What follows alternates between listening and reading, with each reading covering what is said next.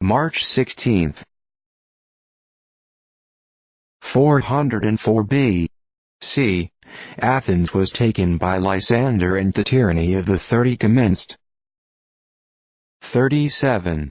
Claudius Drusus Nero Tiberius, Emperor of Rome, died.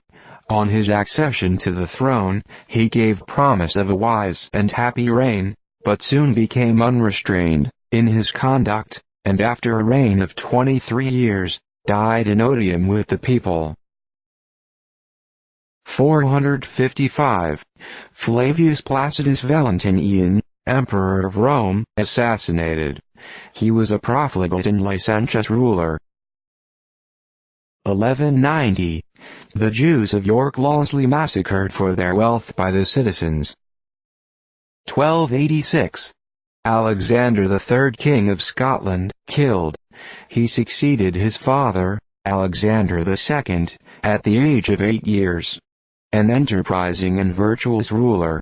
He introduced many good regulations of government, and under his sway the country seems to have enjoyed a tranquility to which she had long been a stranger. He was riding in a dark night between Brunt Island and Ringhorn, on the banks of the Firth of Forth. He was thrown with his horse over a precipice and killed on the spot.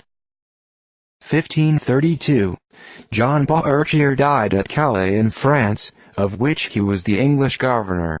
He translated Froissart's Chronicle into English. 1621. The Plymouth colonists received the first Indian visit to their town.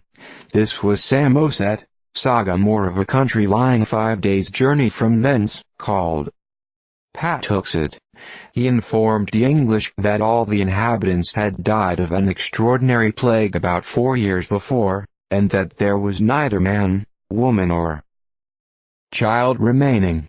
Of course, there was no one to dispute their possession. 1649. An army of 1,000 Iroquois armed with guns fell upon the Huron village at the eastern extremity of the lake, and nearly massacred the entire population. The Hurons defended themselves bravely, but were forced to yield before the firearms and superior numbers of the Iroquois, who lost more than 100 of their best warriors. The French missionaries, Brebeuf and Lalemant, who labored with the Hurons, were taken, and suffered death by torture. 1660. The Long Parliament dissolved by its own act. 1675. Under a pair of stairs in the Tower of London 2 bodies were found, supposed to be those of Edward V and his brother, whom their uncle Richard III murdered nearly 200 years before. 1680. The first Assembly of New Hampshire met at Portsmouth. John Cutt's first president. 1689. The Habeas Corpus Act suspended for the first time in England. 1691.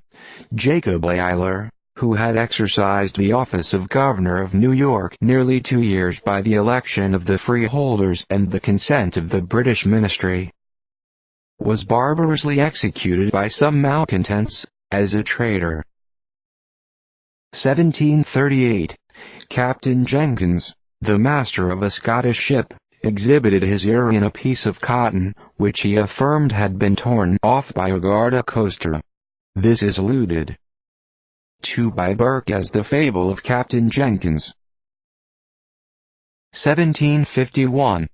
James Madison, 4th President of the United States, born. 1781. Action off Cape Henry between the British fleet, Admiral Arbuthnot, and French fleet under D'Auges. Both sides claimed the victory.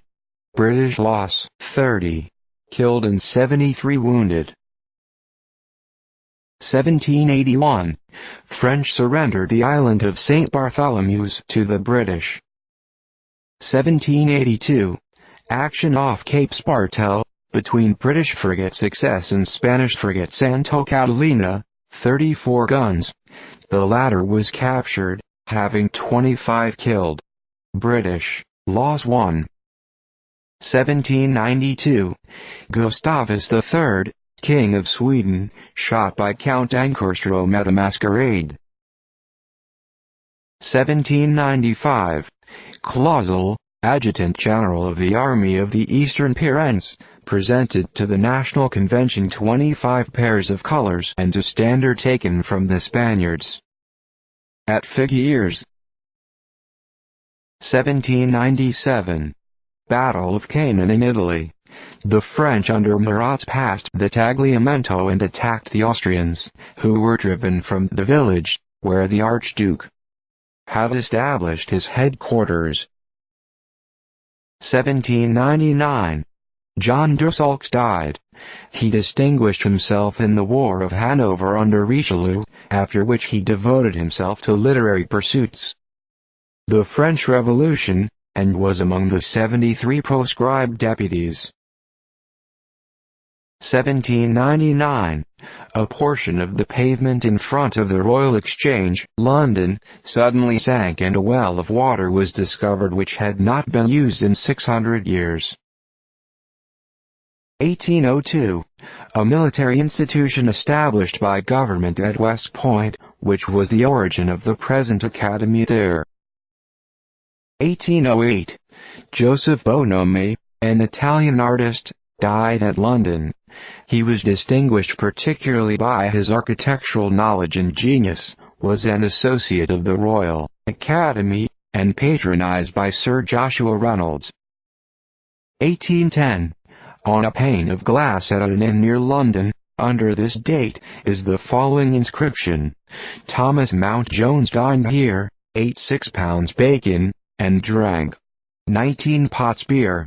It is a question for discussion, whether in this frail memorial, the love of distinction and desire for fame were not as great as the love of brutal gluttony.